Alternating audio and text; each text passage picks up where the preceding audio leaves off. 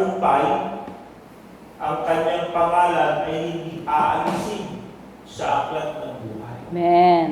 Kaya ang katalagahan talaga mga minamahal, ang katalagahan ng mga pinili ng Diyos, tayo ay mapagtagumpay. Amen. Kaya kinakailangan mga kapatid, ang katangian ng ating pananampalataya. Hindi lang yung pananampalataya na makaraos lang. Hindi lang yung pananampalataya na simba-simba lang. Mga kapatid, hindi ganoon ang ating pagkatawag. Nay. Ang pagkatawag natin, tayo mga kapatid ay mapagtagumpay. Amen. Ngayon, ano-ano ang katangian ito? Ito ay ilan sa mga katangian ng mga mananampalatayang matagumpay. Una mga kapatid, may pangitahin. You have a vision. Dahil sabi dito sa Kawikaan 29 verse 18, Kawikaan 29 versikulo 18, ganito mga kapatid ang sabi sa banal na kasulatan. Kung saan walang pangitain, ang bayan ay sumasama, ngunit siyang nag-iingat ng kautusan ay maligaya siya. Kung walang pangitain, sabi nito, ang bayan ay sumasama. Kaya kapag tayo mga kapatid walang pangitain, hindi tayo magtatagumpay. You have no vision. You have no goal. Wala kang nakikita. Kaya sabi dito mga minamahal, parang bulan, yung mga walang pangitain, parang bulan. Ang sabi sa 2 Peter, chapter 1, verse 9. 2 Peter, chapter 1, verse 9. Sapagkat yung wala ng mga bagay na ito ay bulan, nang nakikita lamang ay ang nasa malapit sa pagkalimot ng paglilinis ng kanyang dating mga kasalanan. Ano sabi dito? Ang nakikita lang ng mga bagay na sa malapit. Tunay. Short-sighted. Halimbawa mga kapatid, kapag ang ating pananampalataya lang, kagaya ng sa sanlibutan, para sa kanila, may makain lang, may Diyos ako dahil ako may nakakain. Baga, hanggang doon lang ang nakikita nila. Tunay. Hindi na mahalagang maglingkod sa Panginoon. Bakit? Dahil may kinakain ka naman eh. Hindi ibig sabihin, mahal ka ng Diyos. Kahit pasok ka lang sa simbahan, mag-cross ka lang, magpasalamat ka sa kinakain mo. Hindi walang pakitain yun. Walang pagnanasa. Bakit? May kinakain eh. Ang nakikita niya lang, yung kinakain niya, yung damit niya, yung kotse niya, yung tinitirahan niya. Yun lang ang nakikita niya. Wala nang, hindi tuloy nagkakaroon ng desire to grow sa paglilingkod. Ang mga paglilingkod, mga minamahal, pag walang vision, wala kang challenge. Bakit? Wala kang goal eh. Wala kang hinahanap, wala kang aim. Parang bahala na lang. Tira ka na lang ng tira. Minsan hindi ka natitira. Bakit? Wala ka nakikita ng target eh. Wala ka nakikita ng goal. Kaya inaano ko nga sa inyo mga minamahal, sa ating Thanksgiving, kaya tayo may goal. Amen. You are aiming for something. Amen. You have a vision. You have a desire. Kasi sabi nga mga kapatid dito sa Philippians, sa chapter 2, verse 13, sapagkat Diyos ang gumagawa sa inyo, maging sa pagnanasa at sa paggawa ayon sa kanyang mabuting kalooban. Kaya yung desire mga kapatid, gawa din ang misyon. Pag wala tayong desire, yun pala, wala nang gawa ang Diyos sa atin. Kaya walang pakikisama ang Diyos sa atin. Bakit? Desire pala, wala ka ng desire. Wala ka ng nasa na maabot yun. Sa iyo, maka-check attendance ka lang dito, pamparami lang. Bakit? you are not growing. Kaya pag hindi ka nag-grow, dahil wala kang desire, mga kapatid, mag-iibabog ka. Bakit? Wala kasing challenge eh. Tingnan niyo mga kapatid. Kahit nga doon sa ginagawa namin trabaho dyan sa may Aloha. Wala ka talagang goal. Kakamarin ka sa ginagawa na yan. Yung sticker nila. Sasabihin mo na mo, wala. Hindi natin ito magagawa. Ang hirap-hirap. Anong ginawa namin? Sabi ko kay Brother Johnny, ito. Dapat in 5 days, nandito tayo sa poste niya. Para in another 5 days, nandito na tayo sa dulo. Tapos. Kaya kahit anong gawin, pipilitin. Yan ang challenge ka ngayon. Bakit? May desire ka, dapat yun ang maano mo. Dapat yun ang maabot mo. Ngayon, dahil nag-goal ka, nalampasan namin yung quota namin ngayong araw na. Kahit sa ganun, mas lalo na sa paglilingkod. Pag sa paglilingkod, wala kang pagnanasa. Halimbawa, kayo, dapat kayong mga kawan leader, nasa kayong lumago. Brother, di naman talaga ako marunong magkawan leader. No, but you have a vision to become a good kawan leader. You have a desire. Hindi nyo yung pakakawalan nyo yung kawan na hindi nyo kaya. Mga minamahal. Sino ba naman ang binigyan ng pangangasiwa dito sa church na may kaya? Kahit naman kami, di namin kaya. Sino bang may kaya? But you have a desire to grow. Amen. So, mga kapatid, nagpapasimula yan sa inyong goal, sa inyong desire. Pag wala talagang desire, kahit itong devotion, mahirap itong devotion when you have no desire. When you have no goal. Sabi ko nga sa inyo, dapat mag-goal kayo kahit isang araw man lang every week. Hanggang di nyo masimulan yung isang araw, yung isang linggo, parang ano yan? Isang pasang mabigat. Ano mga kapatid? Dapat goal. This year, I will aim na dapat every Saturday, I will attend devotion. Amen. Kahit hindi mo ma-perfect yung devotion na every Saturday, basta you are striving for it. Amen. Inaabot mo yun. Amen. Hindi yung suko na tayo, ako, hindi ako makapag-devotion. Wala. Suko tayo.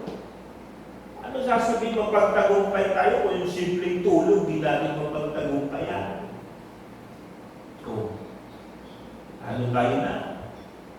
Sabi ng Diyos, mapagtagumpay tayo pa. We are more than conquerors! Amen. Pero hindi tayo nag-devotion kahit isang beses isang araw, isang beses isang linggo. Brother, mahirap ka na. Yung mga ano, pinakain sa leon Napagtagumpayan nila yun, hindi nila kinailan si Kristo. Kakainin na sila ng leon. Siguro mga kapatid, pag ipapakain tayo sa leon, ewan ko lang kung di tayo mag-devotion. Kapag di ka mag-devotion, pag umabit ka sa devotion, bukas, doon ka sa Estadio de San Pedro, pakakain sa leon. Siguro, baka mag-devotion kayo. Una pa kayo sa amin. Pero mga kapatid, hindi na kasi dapat sa puso natin, nandyan yung desire, nandyan yung vision na dapat pagdating ni Kristo, at least, dapat araw-araw na akong nagdi-devotion. Amen? Amen. Amen. Yung nag-i-amen, yun lang nagdi-devotion dito. Amen. Ano ba mga kapatid? Lumalakad sa bagong pagkatao. Lumalakad sa bagong pagkatao. Tayo mga kapatid, bilang mga anak ng Diyos, ang mga anak ng Diyos, mapagtagumpay.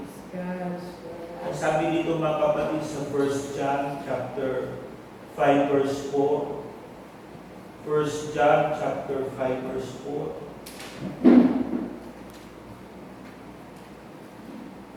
Sabi dito mga pinamahal. Sapagkat ang sino mang ipinanganak ng Diyos ay dumadaig sa sanlibutan. At ito ang pagtatagumpay na dumadaig sa sanlibutan. Sa makatwid ay ang ating pananampalataya. Amen. We are born of God. Ang Diyos natin mga kapatid, mapagtagumpay. Kumbaga, dapat mana tayo sa ating Diyos. Lord. Bakit? Ang Diyos natin, ang Ama natin mapagtagumpay. Amen. Dapat tayo rin mga kapatid, mapagtagumpay. Amen. Kaya kapag tayo lumalakad sa Espiritu, lumalakad tayo sa ating pagiging anak ng Diyos. Mga minamahal, diyan tayo nagiging mapagtagumpay. Amen. Praise the Yan Lord. yung parating sinasabi niya Apostol. Anak ako ng Diyos. Amen. Amen. Magtatagumpay ako. Praise the Lord. Sino ka ba? Mga minamahal. Kahit ano kaya. Kaya ako anak ng Diyos. Yung mga kapatid, yung katangian ng sugo. Kaya ako, medyo nainis ako sa mga Bible student na parang paulo.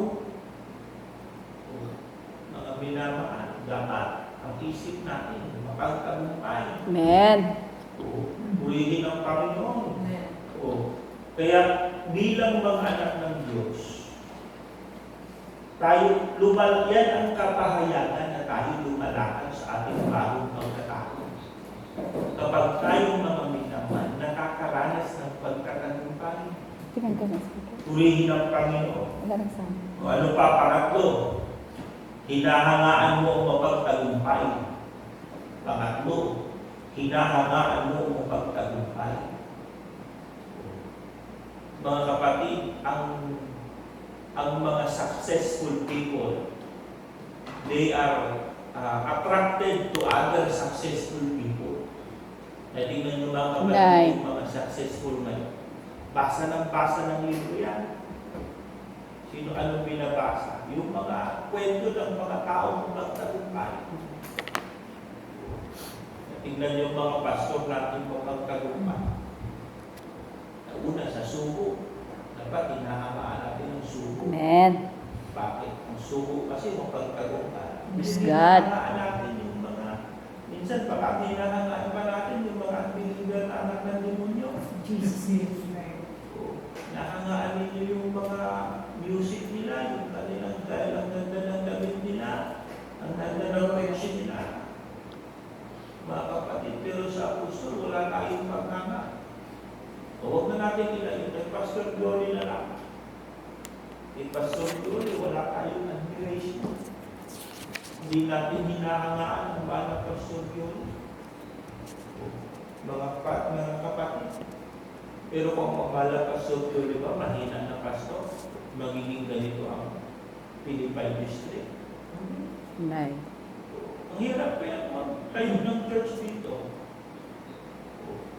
Tunay. Mga kapatid.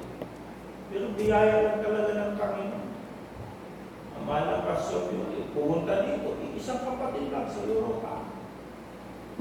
Isa sa London, isa sa Madrid. Nagpasimula doon. Ngayon, malago na. Amen. Praise God. Europa. Kaya tingnan nyo, kahit yung mga kasama niyang mga pastor na umanga sa kanya, sumunod sa kanyang halimbawa, Praise naging God. matagumpay din niya. Praise the Lord. Bakit? Humanga sila kay Pastor Biol. Amen. Purihin ang Panginoon. Amen. Kaya ang ating hinahangaan dapat ba? Sabi nga ni Apostol Pablo, sa unang Korinto, o siya ang talakay 1, magsitulad kayo sa akin, gaya ko naman kay Kristo. Amen. Bakit ang mga sugo, inaano tayong tumulad sa kanila? Kasi sila ang pamunayang halimbawa ng pagtatagumpay. Mga kapatid, sa kanila, ang desire nila, they are not, kumbaga, they are not hindered. Hindi sila nahahadlangan ng financial hindrances. Hindi sila nahihahadlangan ng language. Hindi sila nahihiya. Mga kapatid, lahat ng buri ng hadlang na pagtatagumpayan na. Purihin ang Panginoon. Hindi sila mga kapatid. Kaya dapat ang aking hinahangaan, ang mga manggagawang tagumpay. Have a desire to be like them. Anong desire natin? Wala na ba tayong pagnanasa na tayo gamitin ng Panginoon? Wala na ba? Meron. Mga kapatid, dapat we have a desire to be like them. Amen. Praise God. Mga kapatid, hindi pa dapat tayo kontento dito. Kontento na ba kayo dito? Hindi. Ang ganito, mga kapatid. Ganito na lang ba tayo? Hindi ba natin anasahin na gamitin tayo ng Diyos? Hindi ba natin, kumbaga, makagawa tayo ng malaki kagaya ng mga leader natin? Mga mina. Ako, kada punta ko sa banding, I have a deep desire. Amen. Lokal ng Marbella, maging ganun. Amen. Tunay. Mga kapatid, na kung paano sila punong-puno ngayon, sabi ko, mapuno lang natin. Tunay. May deep desire. Dapat mga kapatid, ganun tayo. Hinahangaan mo yung, hindi ang hinahangaan natin, kung ano ang hinahangaan natin. Minsan mga kapatid, ang hirap sa saglibutan. Yung hahangaan mo, yung alam mo hindi mo maabot. Hahangaan mo yung artista. Hindi mo maabot yung artista. Bakit? Bata pa lang yun, hinuhubog na yun sa pagiging artista. Hahangaan mo yung mga sikat. They are in a position of privilege. So, kumbaga sila, halimbawa, yung mga sikat na yun. So, ayun ay bata pa lang yung alaga na ng nanay sa airport.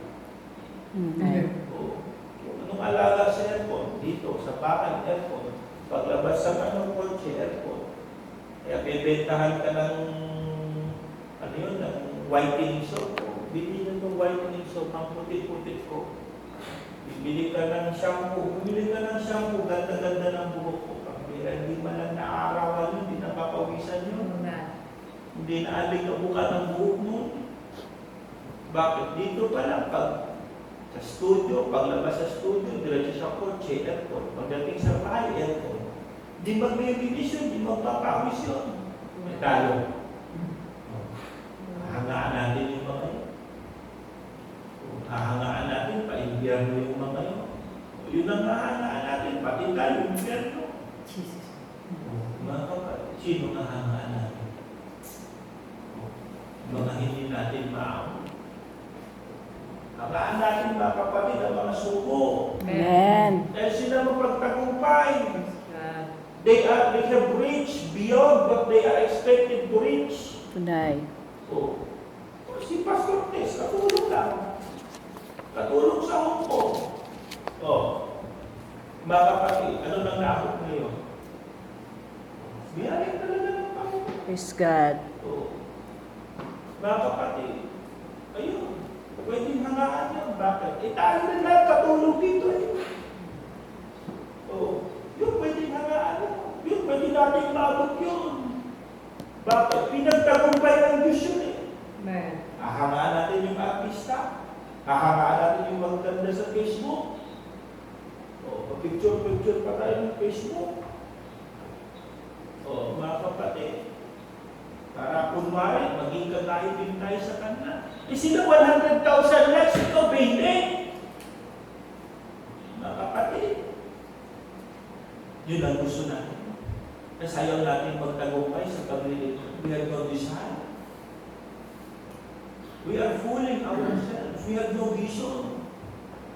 Nakikita mo lang, nakaabang ka sa Facebook, nag-aantay ka kayo mag-live.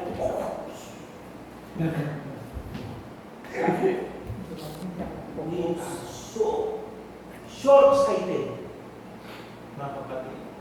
But when we have the Spirit of the Lord, hindi yun naman. Amen. Your accomplishment, the souls na nakakala mo, yun ang pagtatagumpay. Amen. Yung makaabot ka sa goal mo sa Thanksgiving, yun ang pagtatagumpay. Praise the Lord. Mga kapatid, sige, maghanap kayo. Kaya ba magbigay ng pagbibigay ng fourth watch yung mga artistang mayayaman? Hindi nila kaya. Brother, kaya din nilang magbigay ng 1 million, barya lang yun. Ibigay nila kalahati ng pag-aari nila. Kaya ba nila yun? Hindi nila kaya yun. Oh. So, brother, kung mag-donate sila sa charity, 40,000, 50,000 euros, barya lang sa kanila yun. Oh. Pero tingnan nyo ang bigay ng fourth watch. Kabuhayan. Nagbibenta ng lupa. Tinatalikuran ng lahat. Praise God. Tumukan ninyo. Sige. Maghanap kayo ng sikat na artista na kayang gawin yung ginagawa ng mga ministro ninyo. Iiwanan lahat. Pag may artista nakagawa ng ganun, hahangaan ko yung artista yun. Pero sigurado ako, walang makakagawa nun. Bakit? Nandun lang yun. Mga kapatid. Kaya kung kayo makapaglingkod sa Diyos, yan ang tunay na pagtatagumpay. Amen. Purihin lang kami. Sinong artista ang nagdidibosyo? Walang artista ang nagdidibosyo. Mga kapatid, kaya ba? Wala. Kahit nga yung sinabi ni Brad, ni Harry na, oh, this is Jesus. Pray every day, pray every day. Sabi ko, come to church. 6:30 in the morning. Walang dumating. Mga kapatid, sabi ko sa inyo, fourth watch lang, ano may pagtatagumpay na paglilingkod. So, purihin ang Panginoon. Kahit yung mga saksi dyan, amunin ko yan ng devotion. Devotion tayo, one-on-one. Mga kapatid, ewan ko lang. So, kaya, dapat ang hinahangaan natin mga minamahal ng mga suko. Amen. Dahil ang mga suko, kakaiba ang buhay na. Sinong leader ng reliyon ang hindi natukso ng pera? Brother, si Mother Teresa, di ba nagbuhay sa mahirap? Sa mahirap na katira yun eh. Hindi naman sa kanya napupunta ang pera. So, ang magtatagumpay ka lang sa pera kapag ikaw ang naging katiwala ng pera. Pag yung pera nasa iyo, na ikaw ang nagpapasya kung saan pupunta yun. Pag nasa iyo ang milyon, madali matukso. Pero ang sugo. So, milyon dumadaan sa sugo. Hindi na dami ito, milyon. Minsan nag-inisibis siya po si 12 million. Ay, hindi pala, 14 pala, 14 million. Dumating si Bishop Art, nag-limit, 12 million. Praise God. Mga kapatid. Ang Middle East, kung mag-limit sa Pinas, sa pangalan ni Apostol yan. Bakit? Hindi ka kasi pwede magpadala ng pera from Middle East to church. Bawal yun. Kaya lahat ng padala ng Middle East papunta sa pangalan ng Apostol. Pero mga kapatid, ang sugo ay isang bahay, hindi buo ng bahay. Mga kapatid, yan ang kahangahan. Yan ang kahangahan. Purihin ng Panginoon. Kaya dapat ang hinahangaan natin mga minamahal ay ang mga mapagtagumpay. Amen. O pang-apat, hindi ka tumitigil sa pag-aaral. You are always learning. Ang sabi nga dito mga kapatid sa Hebreo, sa Gis ang talata ay 25, na huwag natin pabayaan ang ating pagkakatipon na gaya ng ugali ng iba, kundi mga aralan sa isa't isa, lalo na kung inyong namabalas na nalalapit na ang araw. You are always learning. Pag bigo ka sa isang bagay, paano ka magtatagumpay doon? So you are always studying. Pinapag-aralan mo ang pananampalataya mo. Pinapag-aralan mo ang paglilingkod mo. O ano ko bang kulang ko? Kulang pa ako sa pag-iikapo. Pinapag-aralan mo kung paano ka mag-iikapo. Kulang pa ako sa panalangin. Paano pa ako mananalangin? Amen. O, mga kapatid, nag-aaral ka parati. Kaya sabi lang ni Kristo, magsiparito kayo sa akin. Learn of me. Amen. O, sa Mateo, sa Jesus. 10:28. 11. O, 11. 11:29. o 11:29. Ano ba kapatid? Sabi ni Kristo, learn of me. Kaya ang isang mananampalataya, mga kapatid, you are always learning. O, bakit ba ako hindi magising sa devotion? Kasi siguro, late ka matulog. O, yan. Aagahan mo ang tulog para lang makabangon ka. You are always learning. You are always studying what are the ways to grow. O kulang ng alarm clock, damihan ng alarm clock. Mga kapatid, pinapag-aralan natin. O, bakit ba, halimbawa, hindi tayo makapag-akay ng kaluluwa. Tagal-tagalan natin sa faith, wala pa tayong convert. What's the problem? Pinapag-aralan ko, siguro kulang ako sa ganito. Kulang ako sa hayo, mga kapatid. O, sinasabi natin yung mga minamahal. Inilalagay ko rin ang sarili ko sa lugar na ito. Diba, kayo galing sa trabaho. Ako rin galing sa part-time. Saan kami pumirin si Sister Judy? Buti na lang, mapili si Sister Judy. Mayo kami. Kahit masakit yung katawan ko. So, ayaw pa rin. Ikot-ikot. Kahit mabagal yung lakad, kahit masakit yung katawan. Bakit? Para ano din? Para Amen. makasumpukan. Amen. So you are always learning kahit itong ministry, mga kapatid. Ang ministry, hindi ka naman ilalagay sa ministry na magaling ka na. Kunay. Pag inilagay ka ng Diyos sa ministeryo, ang ministeryo, it is a continuous learning process. Amen. O, sa ministry, saan mo ba kukulang? Yung bang kulang? O, mga kapatid. So you are always studying. You are asking from knowledge from wisdom. Kaya sabi nga ni Santiago, sa James chapter 1 verse 4, ang nagkukulang ng karunungan, humingi sa Diyos. So, okay. Santiago chapter 1 verse 5 ba yun? 6. 7. 6, ay si 5 na 5. 5. So 5. Ngunit kung nagkukulang ng karunungan, ang sino man sa inyo ay humingi sa Diyos na nagbibigay ng sagana sa lahat at hindi nanunumpa at ito'y ibibigay sa kanya. Kaya, nag-aaral tayo mga minamahal. Wala tayong tigil ng kakaaral. Yung paghingi ng karunungan sa Diyos, dumadating ang karunungan ng Diyos sa pamamagitan ng pagtuturo ng mga suro. Amen. Kaya tingnan yung mga minamahal, sabi nga, diba, sa Lucas 11:42, ayon sa karunungan ng Diyos, magsusuko ako sa kanila ng mga propeta at mga apostol. Anong karunungan ng Diyos? Ang magsusuko siya ng mga propeta at mga apostol. Amen.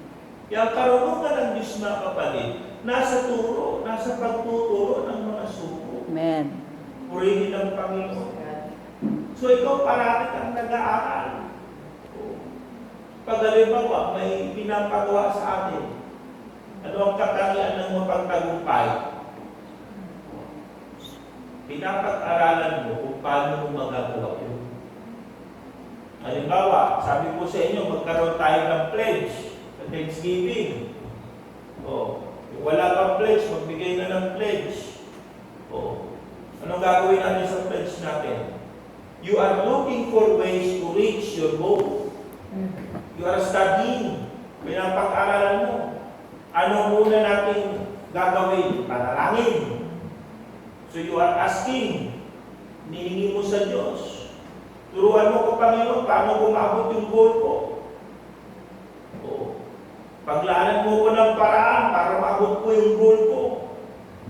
Purihin ng Panginoon. Praise God. Kaya pinapag-aralan mo yan, anong gagawin? Kailangan pa ng ayuno? Kailangan pa ba ng nagpanalangin? Yung itinuturo ng mga sugo, yun ang sinusunod ko. Doon ka pinapag-aralan mo yun. Kaya tingnan nyo mga minamahal, ang mga lingkod ng Diyos, ang mga matagumpay ng mga manggagawa. Hindi humihindi kay Apostol yan. Amen. Tunay. Bakit? Hindi sila tumatangi dahil hindi nila kaya. Ano ginagawa nila? Humahanap sila ng paraan. Amen. Ganyan ang port watcher. Ang port watcher, yan ang history. Ang port watcher, walang imposible. Amen. Bakit? Dahil ginagawa natin ang paraan. Di ba nga may isang yung ewan ko sino nagkwento doon, yung mga port watch daw, nilalagay yung baka sa tricycle. Yan laki-laki ng baka. Sabi nung isang sabi nung isang nanonood, doon itong mga tao ko, pinapasok yung baka sa tricycle. Alam naman nila, laki-laki ng baka. By faith. Sabi nung katabi niya, uy, mga taga-Maranatha yan. Yun ang pagkakilala sa atin sa Pinas. Good name. Mga taga-Maranatha yan, antayin mo lang, may lalagay nila yan. Naisiksik na! Nailala yung baka dun sa tricycle. Tunay. Yes, sabi. Nung makita, kita mo, yan bakit yan? Sa ganyan lang mga kapatid. Wala kang sasabihin. Ano sabi na pupunuin natin ang Marikina Sports Complex. Sabi nila, mahirap. Pinuno natin. Sabi natin, pupunuin natin ang Quirino Grandstand. Napuno natin. Mga kapatid. Kaya talagang walang sasabihin na imposible sa akin. Mga minamahal ba, ang isip ng port watcher, pagtagumpay. Hindi tayo sinasabi mo, sabi ng apostol, ganito, ay, hindi namin kaya. Huwag na lang, hindi ganyan ang espiritu ng port watch. Na espiritu ng